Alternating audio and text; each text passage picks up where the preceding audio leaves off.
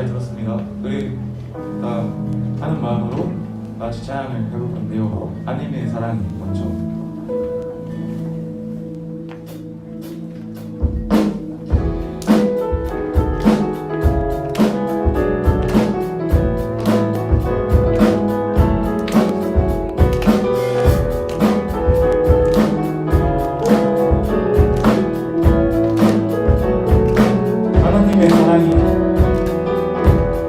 하나님의 사랑이 당신의 삶 가운데 가득하게 축복합니다. 하나님의 은혜가 우리 가운데 가득하길 기도합니다. 하나님의 사랑이 당신의 삶 가운데 가득하게 축복합니다. 하나님의 은혜가 우리 가운데 가득하길 기도합니다. 가득하길 기도합니다. 가득하길 기도합니다. 가득하길 기도합니다.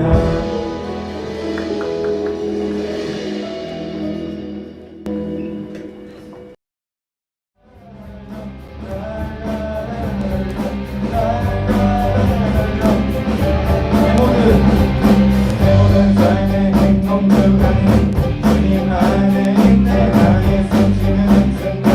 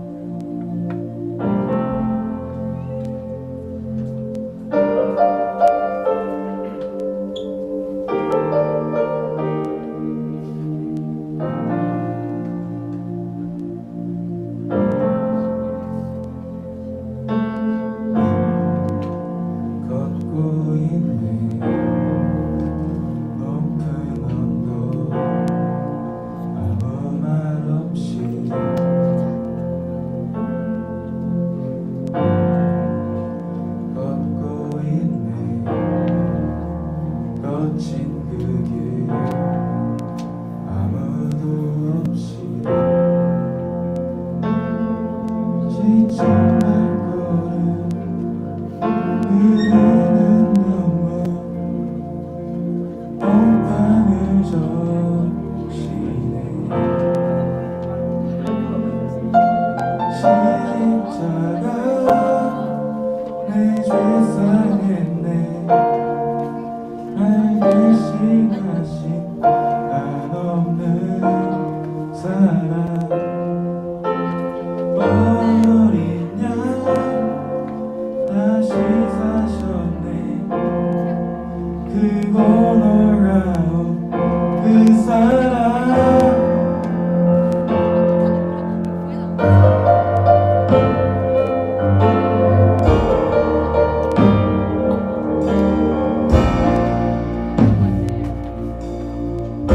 걷고 있네 걷고 있네 높은 언덕 아무 말 없이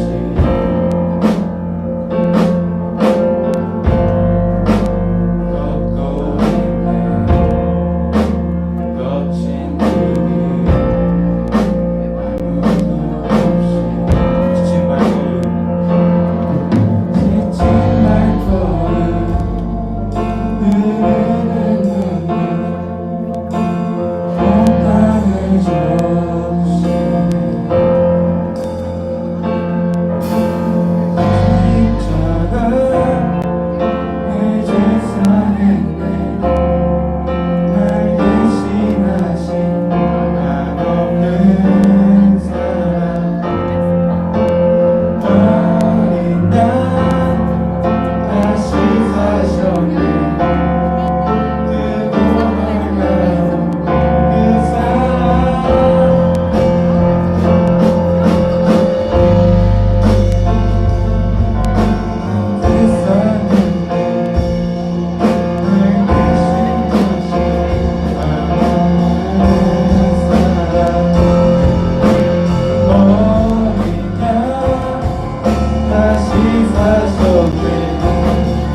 그고 놀라운 그 사랑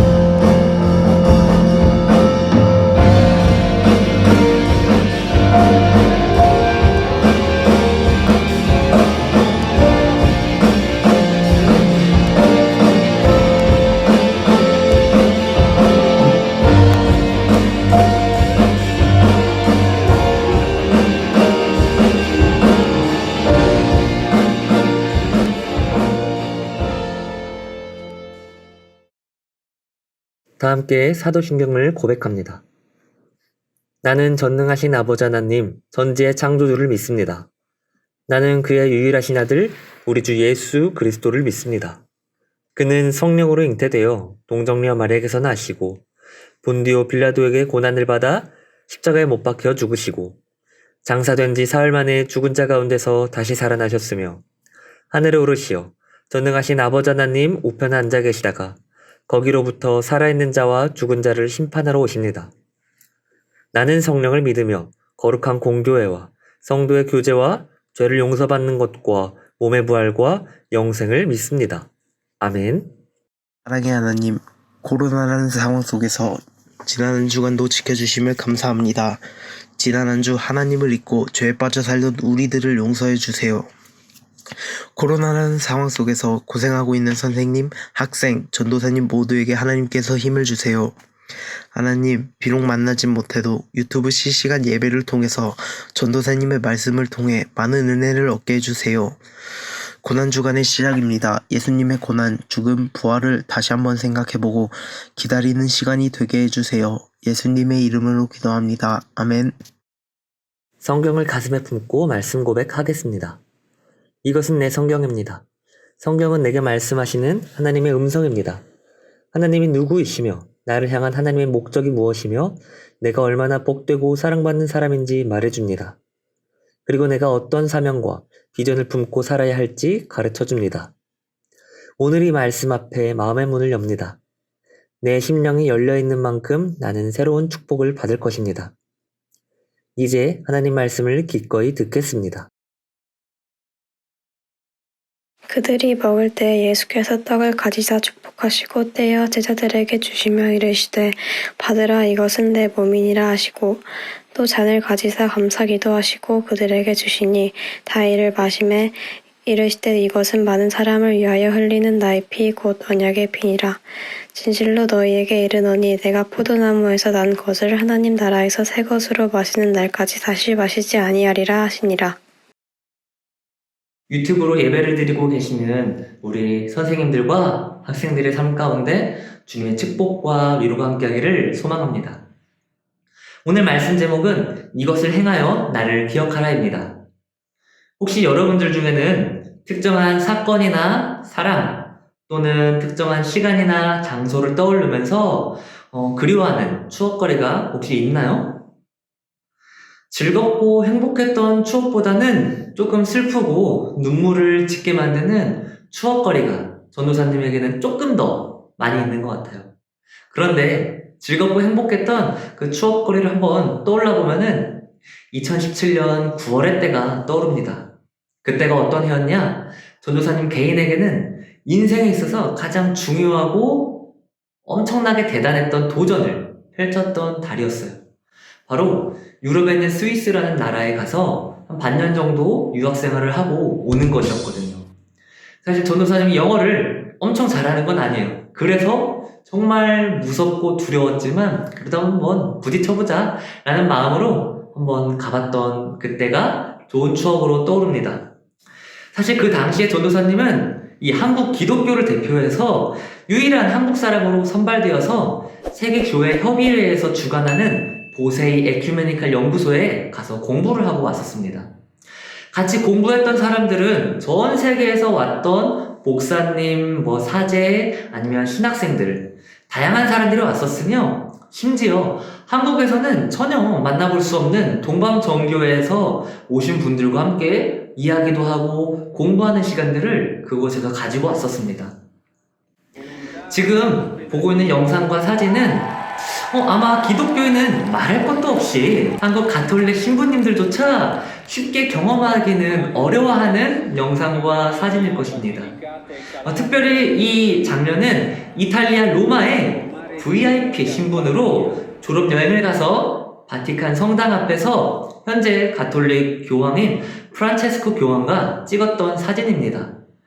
전도사님이 유럽에서 너무 많은 것을 배우고 경험한 가치를 만약에 돈으로 환산해보라고 하면은 아마 수천만 원의 가치가 환산되지 않을까 합니다.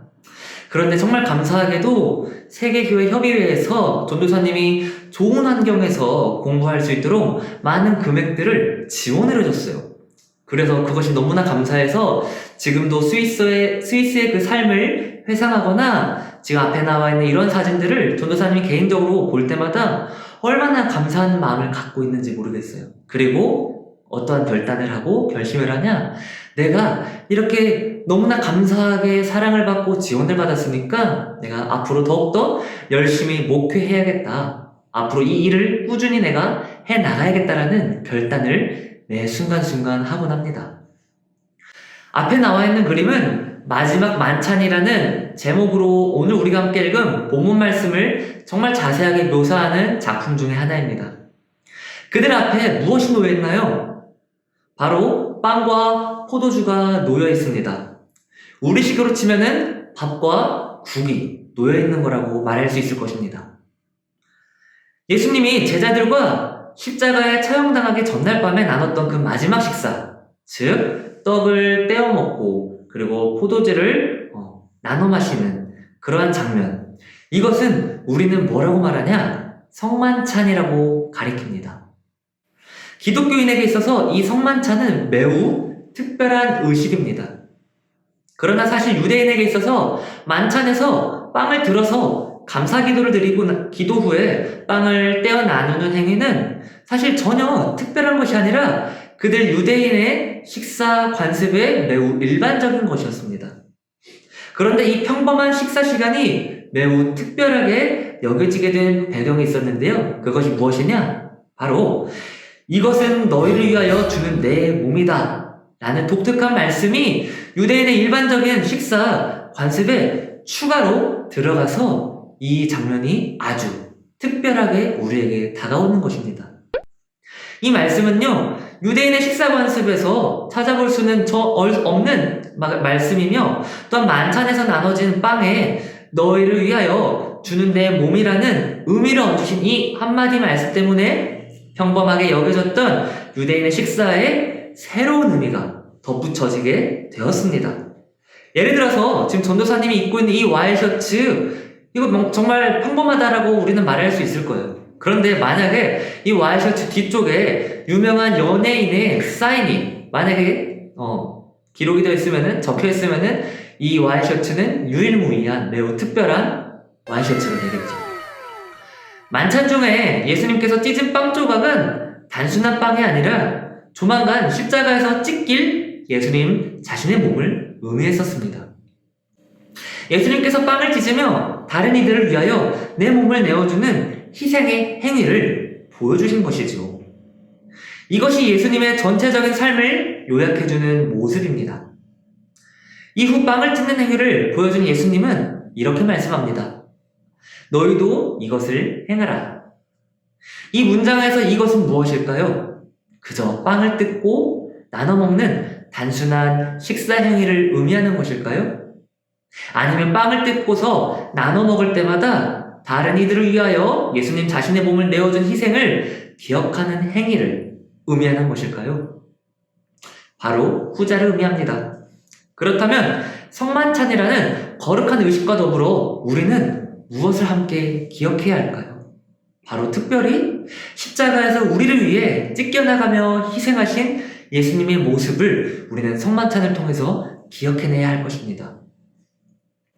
우리가 앞서 마지막 만찬에서 보여준 예수님의 모습은 예수님의 전체적인 삶을 요약해준다라고 이야기했었습니다. 우리는 매일 숨 쉬는 순간마다 예수님의 삶을 기억하기 위해 노력해야 합니다. 예수님께서 사역 중에 강조하셨던 한 가지 단어가 있었습니다. 그것이 무엇입니까?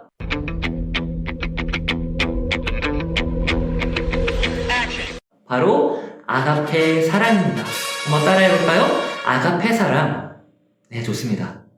예수님의 마음속에 아가페라는 그 세 글자가 만약에 없었다면은 예수님은 십자가의 길을 자처하지 않으셨을 것입니다. 우리 역시 마찬가지일 것입니다. 우리 마음에 아가페 사랑이 있어야 우리는 예수님의 삶을 기억하고 우리도 예수님의 삶을 따라 살아갈 것입니다. 그렇다면 예수님의 삶을 보여주는 이 아가페 사랑은 과연 무엇이고 우리는 어떠한 사랑을 실천하며 살아가야 할까요? 첫 번째, 위로부터의 사랑입니다. 아가페 사랑의 출발은 어디서부터 시작할까요? 바로 하나님으로부터 시작합니다. 하나님께 사랑받지 못하면 우리는 아가페 사랑을 실천할 수가 없습니다. 그러나 하나님은 우리를 너무나도 사랑하셔서 죄인된 우리를 용서하시기 위해 독생자 예수 그리스도를 이 땅 가운데 보내시고 우리에게 사랑을 전달해 줬습니다. 우리의 힘으로는 진심으로 누군가를 사랑할 수가 없습니다. 따라서 하나님으로부터 시작한 사랑이 우리 마음 가운데 넘쳐나서 우리도 누군가를 사랑할 수 있게 되기를 간절히 기도하며 나아가야 할 것입니다. 두 번째로 대가를 바라지 않는 사랑입니다. 예수님께서 십자가에 돌아가실 때 나의 죽음의 가치가 얼마니 이만큼의 비용을 나에게 줘라 라고 이야기한 적은 절대로 없습니다. 아가페 사랑은 베푼 대가를 돌려받으려고 생각하면서 나누는 사랑이 절대로 아닙니다. 가끔은 나 혼자만 사랑해서 괜히 손해보는 것 같다는 생각 때문에 속상해할 수가 있습니다.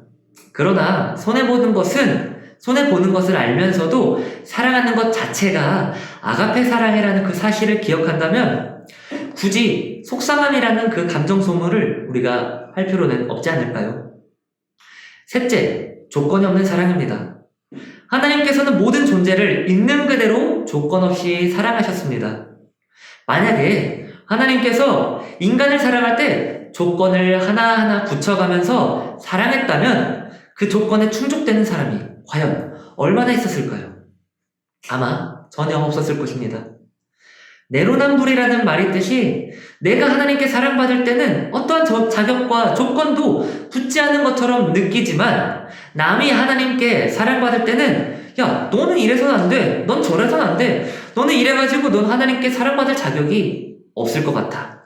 라고 누군가를 지적질하고 정죄하는 이기적인 모습을 보이지는 않은지 우리의 모습을 한번 되돌아보기를 바랍니다. 마지막으로 긍정적인 변화를 주는 사랑입니다. 사랑은 사람을 변화시켜주는 힘이 그 안에 있습니다. 여러분, 삭개오 이야기 다들 잘 알죠?